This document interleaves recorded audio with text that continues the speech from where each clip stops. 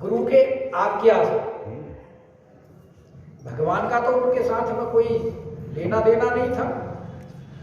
गुरु जी ने कहा तो वो खुद ही कहती है मैं नारी अपावन।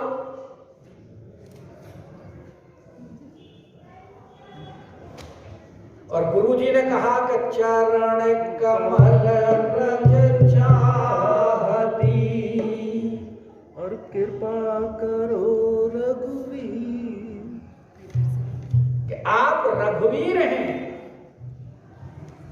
और रघुवीर होने से आप दयावीर और कृपावीर भी हैं।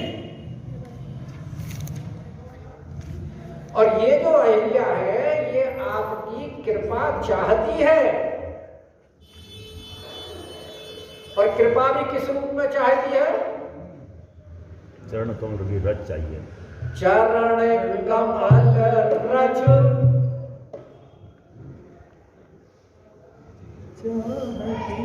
यानी चरण कमल नहीं, चरण कमल की रज चाहती है।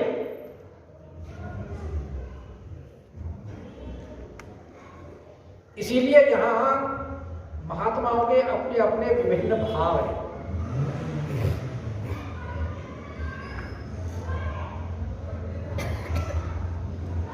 क्योंकि यहां गोस्वामी बात लिखते हैं कि परसद,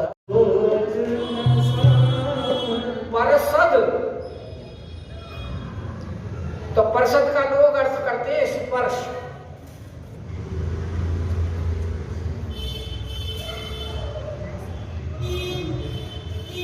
लेकिन कुछ संत महात्मा कहते हैं कि नहीं नहीं, एक ब्राह्मण पत्नी ऋषि पत्नी को राम जी कैसे चरण स्पर्श करेंगे? संतों के भाव हैं। गोस्वामी जी के क्या भाव रहे होंगे वो गोस्वामी जी जाने। लेकिन संत तो अपने हिसाब से भाव लगाते हैं ना। तो कहते हैं परसद का तात्पर्य यह है कि उन्होंने चरण छुआया नहीं, क्योंकि वहां आदेश हुआ है चरण कमल रज, चरण कमल नहीं, चरण कमल की रज चाहिए, रज धूल चाहिए उनकी। तो आपने देखा होगा भंडारे होते हैं और भंडारे में नाना प्रकार की वस्तुएं वहां परसी जाती हैं। परसना भी कहते, सही बात।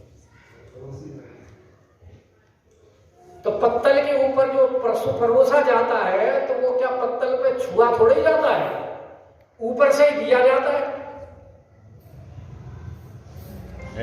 ऐसे रज तो राम जी ने वो चरण जो है वो ऊपर ले जा गए ऐसे। सही बात है। और चरण हिलाए तो रज गिर गई, रज गिर गई। तो हो गया कि परसद पद पावन। भाई संतों के भाव बता रहा हूं, संतों के भाव। नहीं नहीं ठीक है। अच्छा, और चरण रज के अंदर विशेषता क्या है? दो विशेषताएं। एक तो पावन है, भगवान के चरण कैसे हैं? पावन। पावन। और दूसरे क्या है? शोक निशान, शोक नशान, शोक को दूर करने वाला। वैसे तो भगवान के चरणों में अनंत गुण हैं, ये नहीं कह सकते कि यही दो गुण हैं, पर यहाँ दो देता है। लेकिन यहां आवश्यकता जिसकी है उसी के बारे में गोस्वामी जी कह रहे हैं। क्योंकि यहां पावन गुण की आवश्यकता इसलिए है कि अहिल्या से जो पाप हुआ है तो उस पाप को दूर करने के लिए उसे पवित्र करना है, इसलिए पावन। और उनका शोक भी दूर करना है। और वो जो इतने कष्ट सह रही है और पाप का परिणाम कि गौतम नारी श्राप बस। तो श्राप बस का तात्पर्य जो कर्म है यही श्राप है। इन कर्मों के वशीभूत ही तो हम सब इस जगत जंजाल काल में कष्ट भुगत रहे हैं और बार बार आवागमन हो रहा है। सुख तो किसी से बातें, कर्मों की तो बात हो।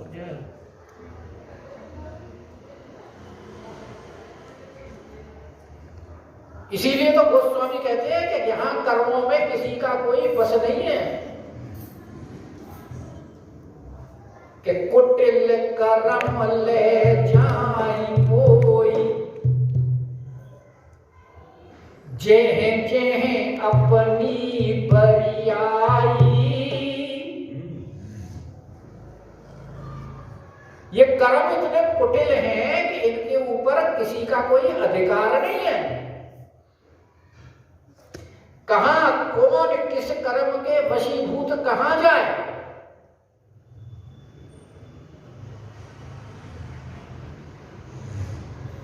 इसीलिए कहते हैं कि गोस्वामी विनय पत्रिका का पद है ये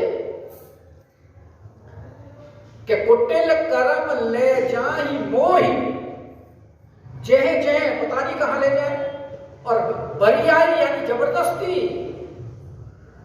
के ले जाहि मोहि, जय जय अपनी बरियाई।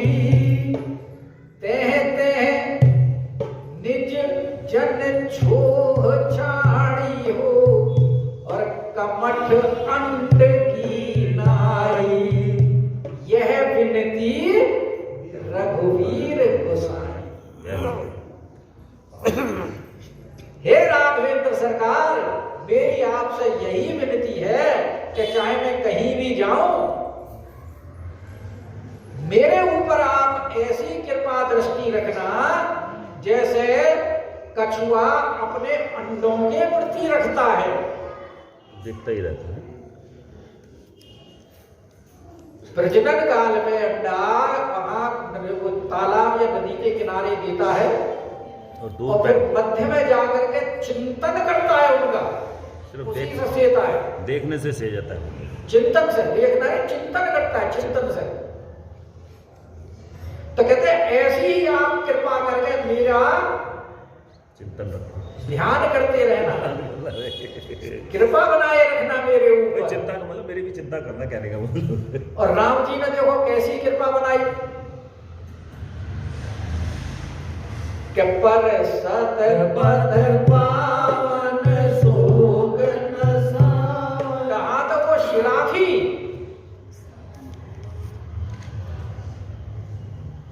क्योंकि उपल देह का मतलब पत्थर खींचना,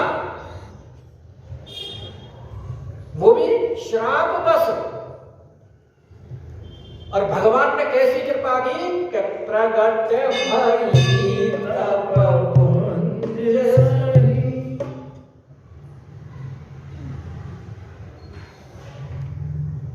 तो इसीलिए यहां कह रहे अस प्रभु दीन बंधु हरि।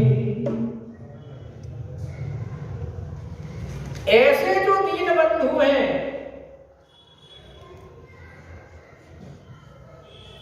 अब इसके बारे में मैं अंदर विस्तार से नहीं जाऊंगा क्योंकि आप 2 दिन से श्रवण कर रखे हो इसी को, तो इसलिए मैं आगे ही चलता हूं। आगे चलो। कि अस प्रभु दीन बंधु, क्योंकि भगवान है दीन बंधु। और दीन उसे कहते हैं जिसका कोई रक्षक नहीं होता। तो बलि वारस ना हो उसका।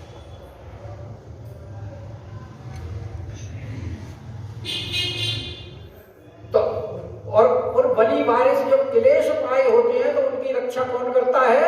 हरि। हरि। और हरि का अर्थ ही ये होता है क्लेशम हरतीति हरि। जो क्लेशों को हरे वही जो क्लेशों का हरण करे, इसलिए उसका नाम है हरि। हरि। हरि का भजन करो, हरि है तुम्हारा। और वो भी कहता है दया।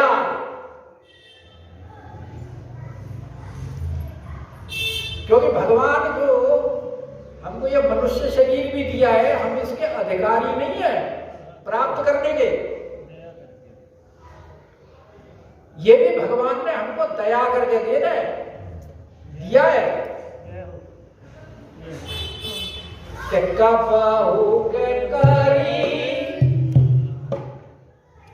कभी भगवान की जब देख लेते हैं ये बहुत कष्ट पाता है, क्योंकि पिता है ना वो हमारे सबके, और संतान का कष्ट पिता और माता से देखा नहीं जाता है।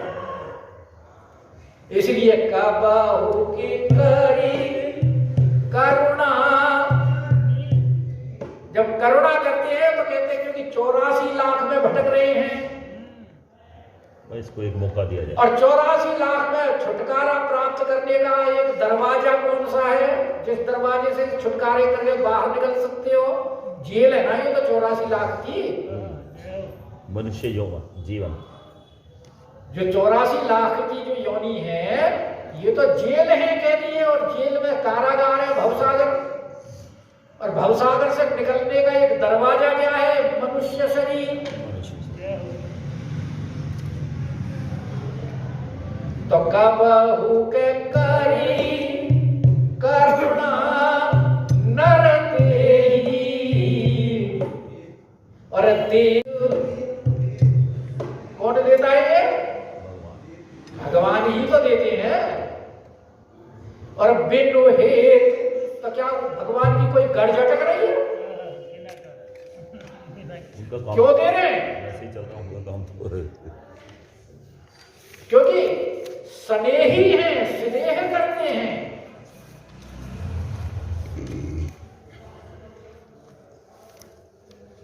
और नरदेही का देने का तात्पर्य क्या है?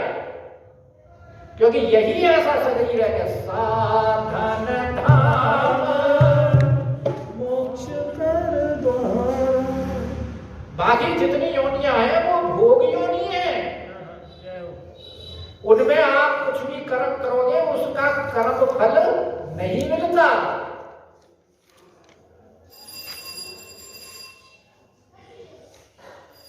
और छुटकारा पाने के लिए साधन की आवश्यकता है।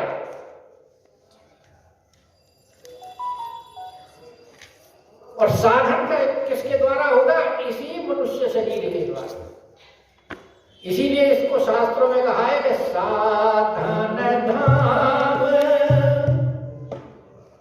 और मोक्ष कर द्वारा।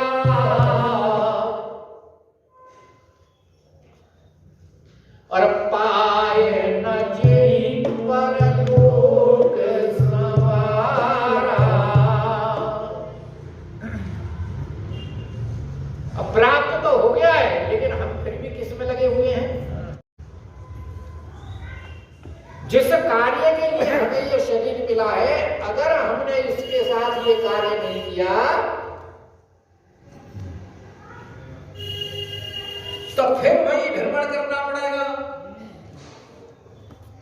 कि पुनरपि जननम पुनरपि मरणम पुनरपि जननी जठरे शयनम इह संसारे बहुत तारे।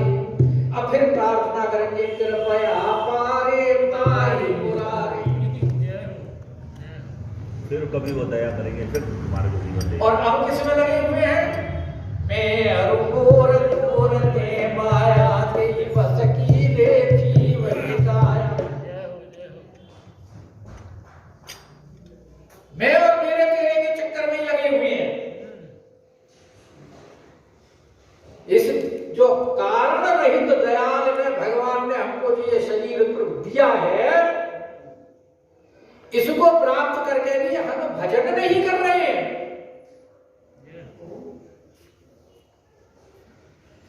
इसीलिए तुलसीदास जी अपने मन को समझाते हुए कह रहे हैं कि तुलसीदास सठ तेहि भजू छाड़ी कपट गंजा। कि हे मन, और मन को क्या करें? सठ इनको भज दू। और सठ का प्रयोग तुलसीदास जी ने कई जगह किया है। सुंदरकांड की लास्ट की फलश्रुति में,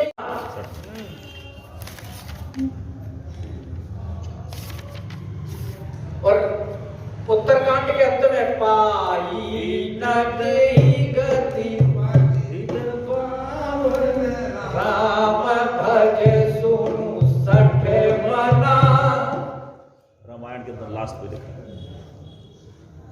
क्योंकि ये मन बड़ा सठ है, चंचल, मानता नहीं। मानता अभी तुम 2 मिनट के लिए बैठोगे तो 2 मिनट में ही ये पता नहीं कब निकल जाएगा, पता भी नहीं लगेगा। ये दिल मानता नहीं। चंचलम बने हैं कृष्ण। अर्जुन ने भी यही प्रश्न किया, प्रभु बड़ा चंचल है, वायु से दुष्कर, वायु से भी ज्यादा दुष्कर है, जो कि फिर कैसे इसे कंट्रोल करें। भगवान बोले अभ्यासेन तु कौन्तेय, अभ्यास करो बार बार रोकने का, और वैराग्येन च गृह्यते। 2 हैं उपाय, एक तो रोक रोक करो अभ्यास, रोकने का बार बार, और दूसरे संसार के प्रति वैराग्य। वैराग्य का मतलब ये नहीं है कि सिर मुड़ा करके और भगवे कपड़े पहन के और घर बार छोड़ करके और परिवार से साथ, क्योंकि वही भवसागर से पार कराने वाले हैं। और भजन कैसे करना है? छाड़ी कपट जंजाल। ये सांसारिक विषय जो है ये सारे जंजाल हैं। गृह कारज नाना जंजाला, अतिशय दुर्गम शैल विशाल। और भगवान क्या कहते हैं कि निर्मल मन जन सोई पावा, और मोही कपट छल छेद्र नवा।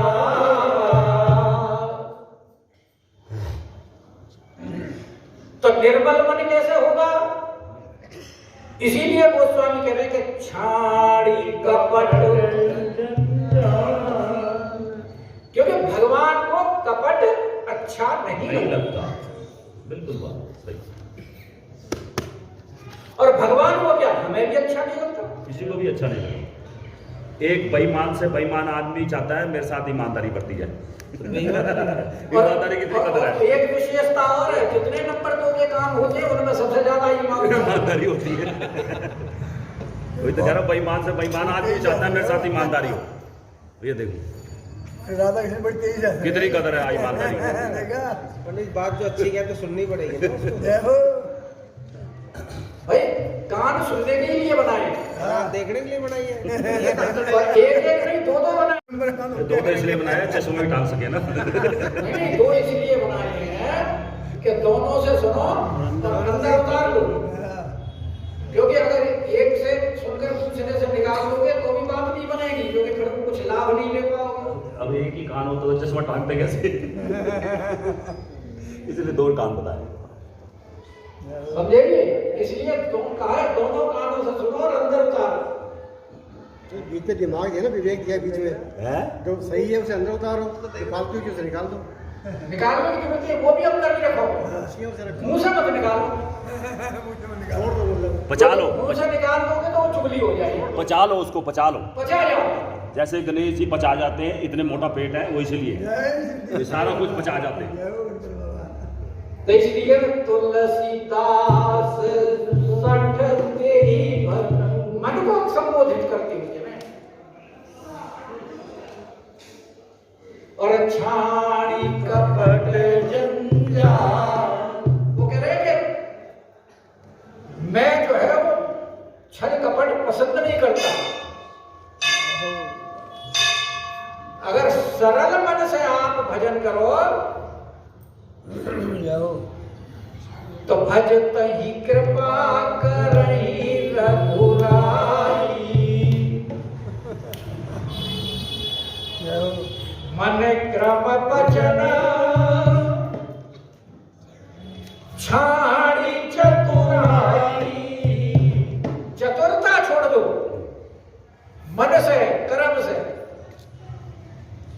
और जहां चतुरता छोड़ोगे और चतुरता छोड़ करके भजन करोगे तो भजत ही कृपा करही रघुराई हो यदुराई हो, दोनों की बात ये की। रघु हो या यदु हो, कोई भी हो।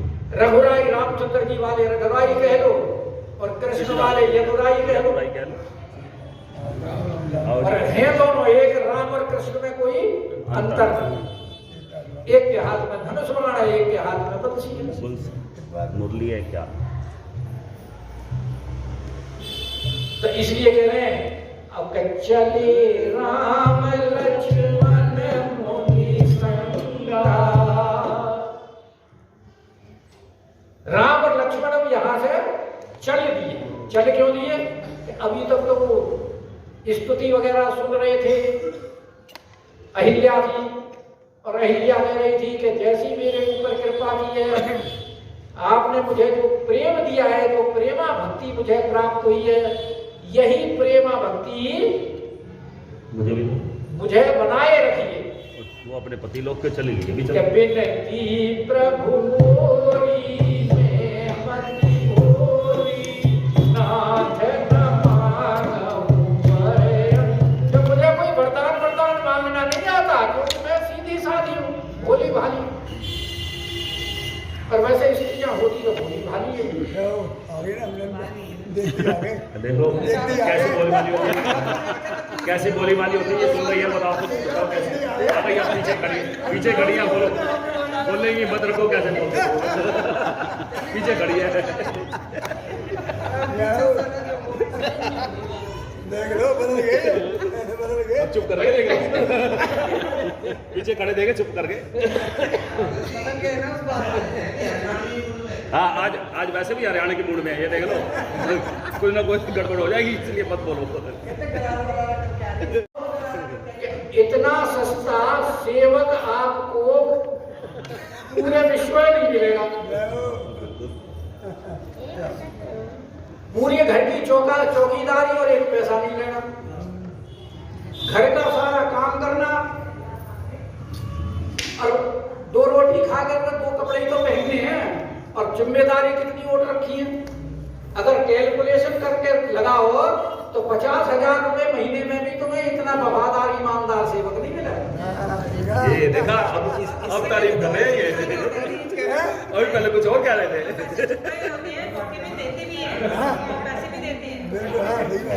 भाई आपकी पॉकेट पे भी तो अधिकार है उनका, आपकी पॉकेट में भी अधिकार है, बटुए में अधिकार है, सब कुछ अधिकार है, घर पे भी है अधिकार।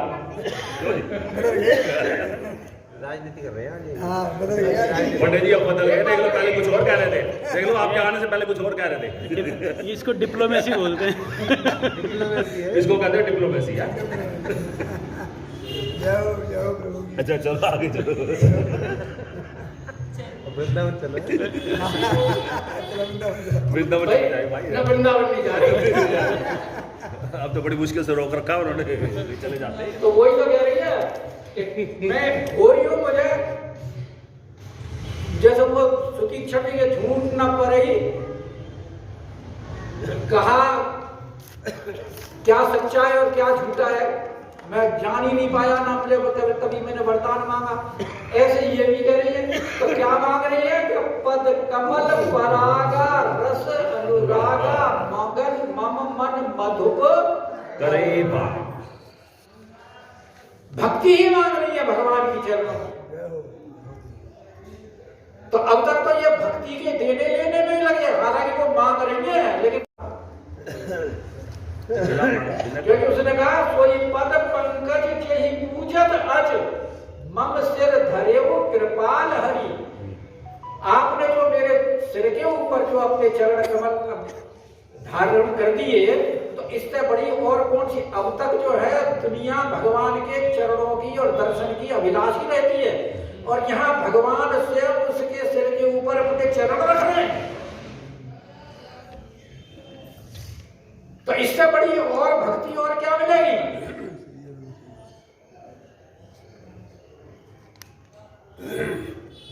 और कह दिया जो अति मन भावा सो वर पावा। और भगवान ने तो एव वस्तु इत्यादि कुछ कहा ही नहीं, तो पा कैसे लिया? लिखा है नहीं कहीं। पर उन्होंने कहा ना जो मन भावा वही दो। अब राम जी के यूं भी कैसे कहते हैं कि एवं वस्तु, कैसे कहते हैं? गुरु जी साथ में खड़े हैं विश्वामित्र जी और बड़ों के सामने हैं, और राम जी अगर आशीर्वाद दें तो ये शोभा देता है, इसलिए वो मौन है। तो फिर कैसे पता लगा अहिल्या को कि मन भावा सो बरु पावा? कैसे प्राप्त कर लिया कि जिनको प्रत्यक्ष सामने देख रही थी वही उनके हृदय में प्रकट हो गई और वो आनंद से भर गई। इसीलिए जब प्रकट हो गए हृदय में तो वो बोले कि हाँ अब हमको भक्ति मिल गई कि जो अति मन भावा सो बरु पावा और के पति लोक आनंद भरी। अब तक तो सब भगवान जो है प्रार्थना सुन रहे थे, स्तुति सुन रहे थे, और वो जो है भक्ति का वरदान दे रहे थे भगवान। अब यहाँ जब वो अपने पति लोग को चले गई तो अब राम जी का काम नहीं रहा, तो चले राम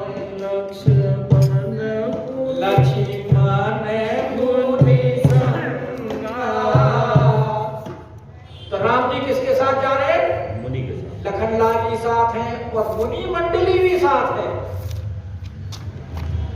और वहां से चल के कहां पहुंचे? देखो इधर चले और इधर पहुंच गए। कितनी जल्दी? और जल्दी क्यों है जाने की? शादी करनी है ना। 2 से 8 करके लाने हैं। 2 से 8 करनी है। और क्या जल्दी? कि गए जहां जग पावनी, वहां पहुंचे जहां जगत को पावन करने वाली गंगा मैया विराजमान। तो राम जी पूछने लगे कि प्रभु ये त्रिपथ गा किस तरह है? जमुना जी का नाम, ये जो इनको त्रिपथ गा कहते हैं, इसके पीछे की कथा क्या है? तो गाधी सुन सब कथा सुनाई। तो विश्वामित्र जी ने पूरी कथा सुनाई। और क्या कथा सुनाई वो बताएंगे। बोलिए राजा रामचंद्र महाराज की जय।